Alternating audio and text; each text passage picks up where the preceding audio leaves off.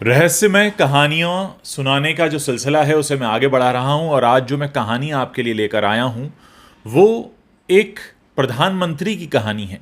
Sweden के प्रधानमंत्री Olaf पामे की कहानी, जिन्हें सरेआम सड़क पर गोली मार दी गई और इस घटना को हुए 36 बरस बीत चुके हैं, लेकिन अभी तक इसका कोई सुराग नहीं मिला है। ये कहानी बहुत रहस्यमय है, इसलिए इसे बहुत गौर से सुनिएगा। पहले मैं आपको ओलोफ पामे के बारे में बता देता हूँ।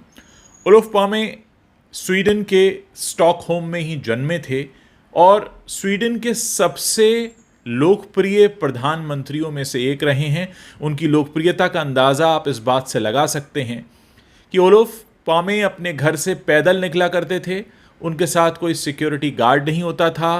कई बार वो लोकल मेट्रो ट्रेन में सफ़र करके अपने दफ्तर पर पहुंचा करते थे और अपने लिए ज़रूरी सामान भी वो खुद बाज़ार जाकर लाया करते थे। अब आप समझ सकते हैं कि किसी देश का प्रधानमंत्री अगर बिल्कुल एक आम व्यक्ति की तरह चल रहा है बेखौफ, और वो 2 बार प्रधानमंत्री बनता है, तो उसका मतलब ये है कि उसके देश की जनता उससे काफ़ी प्यार करती थी। आप ये भी समझ सकते हैं कि उन्हें किसी से अपनी जान का खतरा भी नहीं था। 1969 से लेकर 1976 तक वो पहली बार प्रधानमंत्री रहे। ये वो दौर था जब वियतनाम वॉर चल रहा था और उन्होंने अमेरिका के खिलाफ वियतनाम वॉर में आवाज़ उठाई थी। इसके बाद वो 1982 में एक बार फिर से प्रधानमंत्री बने। वो 6 साल के लिए बने थे, लेकिन वो सिर्फ 4 साल ही पूरे कर पाए, क्योंकि 28 फरवरी 1986 को कुछ ऐसा हुआ जिसके बाद स्वीडन ने अपने सबसे लोकप्रिय प्रधानमंत्री को खो दिया। अब मैं आपको बताता हूं कि घटना के दिन क्या हुआ। इतना तो आप समझ ही चुके हैं कि ओलोफ पामे एक सबसे लोकप्रिय प्रधानमंत्री थे। और अब घटना के दिन की बात करें तो 28 फरवरी 1986 का ये दिन था। वो अपने दफ्तर में थे और लंच टाइम में उनकी पत्नी लिस्बeth पामे अपने घर पर अकेली थीं। तभी एक फ़ोन की घंटी बजी। फ़ोन उठाया तो दूसरी तरफ उनका बेटा था, जो कि उनसे अलग रहा करता था अपनी गर्लफ्रेंड के साथ। वो अपनी माँ को फ़ोन करता है और कहता है कि माँ, आज मैं और मेरी गर्लफ्रेंड, वो जो एक स्वीडिश फिल्म आई है, कॉमेडी फिल्म जो काफ़ी हिट हो रही है, हम आज रात का शो देखने जा रहे हैं। ये सुनकर लिस्बeth पामे, जो कि प्रधानमंत्री की वाइफ थी और घर पर अकेली थी, वो कहती हैं कि हम भी कोशिश करते हैं और तुम्हारे साथ आते हैं। थोड़ी बहुत बातचीत के बाद ये फ़ोन कट जाता है। शाम के 6:30 बजते हैं।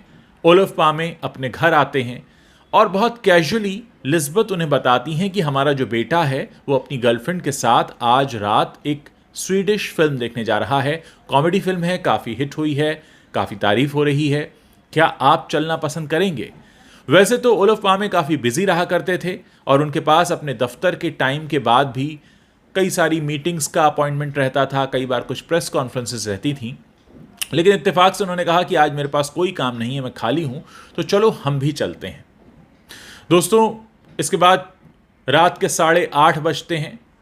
लिस्बeth पामे और ओलोफ पामे अपने घर से बाहर निकलते हैं और गौर कीजिएगा, ये सब कुछ अचानक हुआ है, पहले से तय कार्यक्रम है ही नहीं। प्रधानमंत्री को तो पता भी नहीं था कि आज शाम जब वो घर पहुंचेंगे तो उनकी पत्नी उनसे फिल्म देखने चलने को कहेंगी और उनके पास वक्त होगा और वो चल भी पड़ेंगे। लेकिन क्योंकि वक्त होता है वो चल पड़ते हैं, पैदल ही निकल पड़ते हैं। 8:30 बजे अपने घर से पैदल निकलकर वो एक सबवे तक पहुँचते हैं। वहाँ पर एक मेट्रो ट्रेन लेते हैं, उस मेट्रो में सवार होते हैं। बहुत सारे लोग उन्हें देखते हैं। जाहिर है वो प्रधानमंत्री हैं, उन्हें स्वीडन का हर व्यक्ति पहचानता था और हर कोई उनकी इस सादगी का कायल था कि ये इतने सादे हैं कि ये बिना किसी बॉडीगार्ड या बिना किसी सिक्योरिटी के निकलते हैं, कार तक नहीं लेते हैं और यूं ही हमारी तरह मेट्रो में सफ़र करते हैं। उनकी लोगों से हाय हेलो होती है और उसके बाद वो करीब 9 बजे उसी मेट्रो ट्रेन से उतरते हैं स्टेशन पर और फिर पैदल ही चलते हुए उस सिनेमा घर तक पहुंच जाते हैं। क्योंकि ये पहले से तय नहीं था कि ओलोफ पामे और लिस्बeth पामे वहां आएंगे, फिल्म देखेंगे, इसलिए उनके बेटे ने भी उनके लिए टिकट नहीं ली थी। उनके बेटे ने सिर्फ अपने और अपनी गर्लफ्रेंड के लिए टिकट ली थी। दोनों वहाँ इंतज़ार करते हैं अपने बेटे का। बेटा उनकी गर्लफ्रेंड आते हैं और उसके बाद ओलिव कहते हैं कि हाँ चलो अब हम भी आ गए हैं, हम भी तुम्हें ज्वाइन करते हैं। और ये कहते हुए ओलिव आगे बढ़ते हैं और जाते हैं टिकट विंडो पर। टिकट विंडो पर कहते हैं कि मुझे 2 टिकट्स चाहिए। टिकट विंडो पर बैठा व्यक्ति उनकी तरफ बिना देखे ये कहता है कि आज हाउसफुल है, और वो फिल्म वाकई बहुत चल रही थी और उस दिन हाउसफुल था। लेकिन जब वो दोबारा कहते हैं कि ज़रा देखिए अगर 1 टिकट मिल जाए तो, या 2 टिकट मिल जाए, उसके बाद वो शख्स ऊपर देखता है और हक्का बक्का रह जाता है कि देश का प्रधानमंत्री मेरे सामने टिकट विंडो पर खड़ा है और वो मुझसे टिकट मांग रहा है, लेकिन मैं टिकट नहीं दे सकता क्योंकि टिकट तो वाकई ख़त्म हो चुके हैं। वो अपनी सीट से उठ खड़ा होता है और बड़े अदब से आकर बाहर उनसे मिलता है और कहता है कि सर टिकट ख़त्म हो गए हैं, लेकिन हम आपको एक स्पेशल सीट ऑफ़र करेंगे क्योंकि हमारे जो थिएटर ओनर हैं उनकी एक फैमिली सीट जिसमें 4 लोग बैठ सकते हैं वो रिज़र्व है, और आइए आप मेरे साथ आइए। ये सुनकर ओलिव पामे अपनी पत्नी एलिज़ाबेथ पामे के साथ वहाँ बढ़ते हैं और अपने बेटे और गर्लफ्रेंड को भी, उसकी बेटे की जो गर्लफ्रेंड उसको बुला लेते हैं और चारों वहाँ बैठकर फिल्म देखते हैं। उसके बाद फिल्म का शो ख़त्म होता है। करीब 11:15 बजे का समय है जब ये चारों लोग बाहर आते हैं। उनका बेटा अपनी गर्लफ्रेंड के साथ अपने घर की तरफ रवाना हो जाता है और एलिज़ाबेथ पामे और ओलिव पामे अपने घर की तरफ बढ़ने लगते हैं। उन्हें ठीक वैसे ही अपने घर जाना था जैसे कि वो आए थे। उन्हें एक सबवे तक जाना था, वहाँ से एक मेट्रो लेनी थी, फिर मेट्रो से उतरना था और पैदल ही प्रधानमंत्री आवास तक जाना था। आप में से बहुत से लोगों को ये अजीब लग रहा होगा क्योंकि हमने आज तक ऐसा कोई प्रधानमंत्री नहीं देखा है अपने देश में जो लोकप्रिय भी हो और बिल्कुल आम लोगों की तरह रहता हो। खैर, इस कहानी में आगे बढ़ते हैं। दोस्तों, अभी वो थिएटर से कुछ कदम आगे बढ़े ही थे, वो सबवे की तरफ पहुंचने ही वाले थे कि एक अनजान शख्स पीछे से आता है और करीब 4 इंच की दूरी से ओलिव पामे के गर्दन पर गोली मारता है। ओलिव पामे नीचे गिर पड़ते हैं। इसके बाद दूसरी गोली चलती है जो उनकी पत्नी एलिज़ाबेथ पामे को लगती है। ये सब कुछ सड़क पर सरेआम होता है। रात के वक्त ज़्यादा लोग नहीं थे और उसके बाद हमला करने वाला हमलावर यूं ही हाथ हिलाता हुआ चला जाता है। इस पूरी घटना को 2 टैक्सी वाले देखते हैं। पुलिस को इत्तला दी जाती है, लेकिन पुलिस को इत्तला देते वक्त तक किसी को ये नहीं पता था कि जिसको गोली लगी है वो असल में हमारे प्रधानमंत्री हैं। जैसे ही पुलिस वहाँ आती है, एम्बुलेंस को बुलाया जाता है। जब एम्बुलेंस में उनको रखा जाता है, शक्ल देखने के बाद तब पुलिस वाले पहचानते हैं कि तो हमारे प्रधानमंत्री हैं। उन्हें नज़दीकी अस्पताल पहुंचाया जाता है और नज़दीकी अस्पताल पहुंचने के कुछ समय बाद ही उन्हें मृत घोषित कर दिया जाता है। इसके बाद स्वीडन के डेप्यूटी प्राइम मिनिस्टर वहां आते हैं और रात करीब 1 बजे स्वीडन के नेशनल रेडियो पर यह खबर प्रसारित की जाती है कि हमने अपने प्रधानमंत्री ओलिव पामे को खो दिया है, उनकी हत्या की गई है। थिएटर से वापस लौटते समय किसी अज्ञात शख्स ने उनको पीछे से गोली मारी है। इसके बाद जांच का सिलसिला शुरू होता है, लेकिन हैरत की बात यह कि वो जो टैक्सी वाले हैं जिनके सामने ये हादसा हुआ था, वो हुलिया तो बताते हैं लेकिन ठीक से शक्ल नहीं बता पाते कि जिसने गोली मारी वो दिखने में कैसा था।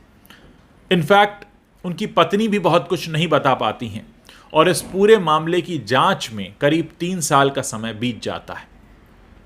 3 साल के बाद दिसंबर 1988 में गिरफ्तारी होती है। गिरफ्तारी होती है क्रिस्टोफर पीटरसन नाम के व्यक्ति की। इस बीच कुछ जानकारियां पुलिस के सामने आ चुकी थीं। पहली तो ये कि गोली जिस रिवॉल्वर से मारी गई है वो एक मैग्नम रिवॉल्वर है, और साथ ही ये भी कि ये रिवॉल्वर शायद चोरी का भी हो सकता है। इस दौरान जितने भी मैग्नम रिवॉल्वर चोरी हुए थे उन सब के मालिकों से या जिन पर शक था उनसे पूछताछ की जाती है, लेकिन कहीं कोई सुराग नहीं मिलता। ये जो क्रिस्टोफर पीटरसन गिरफ्तार होता है, ये एक व्यक्ति की निशानदेही पर गिरफ्तार होता है। ये व्यक्ति इस बात का दावा करता है कि मेरे पास भी एक मैग्नम रिवॉल्वर थी और ये जो क्रिस्टोफर पीटरसन है ये ही उसे चुरा कर ले गया था। ये व्यक्ति इस बात का भी दावा करता है कि क्रिस्टोफर पीटरसन ने मेरी रिवॉल्वर चुराई है, ये मैंने खुद पता किया था, इसलिए मैं आपको बता रहा हूँ। क्रिस्टोफर पीटरसन को पकड़ा जाता है और उसके बाद सारी मुकदमेबाजी शुरू होती है, इसे पेश किया जाता है। प्रधानमंत्री की जो वाइफ है एलिज़ाबेथ पामे, वो कोर्ट में उसे ये कहकर पहचानती हैं कि ये लगता है कि ये हो सकता है, मैं श्योर नहीं हूं पर ये हो सकता है। लेकिन इस पूरे मामले में 2 कमियां रह जाती हैं। पहला तो ये कि उसके पास से मैग्नम रिवॉल्वर बरामद नहीं होती, यानी उस पर आरोप तो लगता है कि उसने चुराई है, लेकिन रिवॉल्वर बरामद नहीं होती, इसलिए सबूत पूरा नहीं होता। और साथ ही जो आइडेंटिफिकेशन परेड कराई जाती है प्रधानमंत्री की वाइफ के साथ में, वो भी प्रॉपर प्रोटोकॉल के साथ नहीं कराई गई थी, इसलिए इस शख्स को वहां की अदालत छोड़ देती है क्योंकि कोई सबूत मिलता ही नहीं। दोस्तों, ये मुकदमा चलता रहता है और इस दौरान 134 लोग सामने आते हैं जो बार बार इस बात का दावा करते हैं कि हाँ, हमने प्रधानमंत्री को गोली मारी है। लेकिन पुलिस की जांच में बार बार ये बात सामने आती है कि ये सब के सब लोग एक एक करके मीडिया का अटेंशन पाने के लिए ये झूठ बोल रहे हैं, क्योंकि घटना के वक्त ये उस शहर में नहीं थे, कुछ लोग उस जगह पर नहीं थे और ज़्यादातर लोगों का ये सारा का सारा कच्चा चिट्ठा निकल कर आ जाता है। ऐसा होते होते घटना के 25 साल बीत जाते हैं, लेकिन 25 सालों में भी 2011 आ जाता है यानी कि, लेकिन कोई सुराग नहीं मिलता है। अब 2011 आने पर एक मुसीबत और खड़ी होने वाली थी। मुसीबत ये थी कि स्वीडन में एक कानून है, अगर किसी भी मामले को 25 साल तक न सुलझाया जाए तो उसे खुद ब खुद क्लोज केस मान लिया जाता है। अब क्या हो, इसलिए वहां की सरकार ने एक नया कानून बनाया और इस कानून को ख़त्म किया ताकि इस मामले में जांच चलती रहे। दोस्तों, 2011 भी बीत गया। अब मैं आपको 2018 तक ले आता हूं। 2018 में जो लिज़बत पामे थी, उनकी भी मृत्यु हो गई, यानी इस मामले की इकलौती चश्मदीद भी अब इस दुनिया में नहीं है। और तब से लेकर अब तक स्वीडन की पुलिस उस शख्स को नहीं ढूंढ पाई है कि जिसने उन्हीं के प्रधानमंत्री को उनकी सड़क पर, बीच सड़क पर इस तरह से पीछे से मार दिया था। नाम कई सामने आए लेकिन पुख्ता तौर पर कोई सबूत नहीं मिला। उसके बाद कई तरह की बातें कही गईं।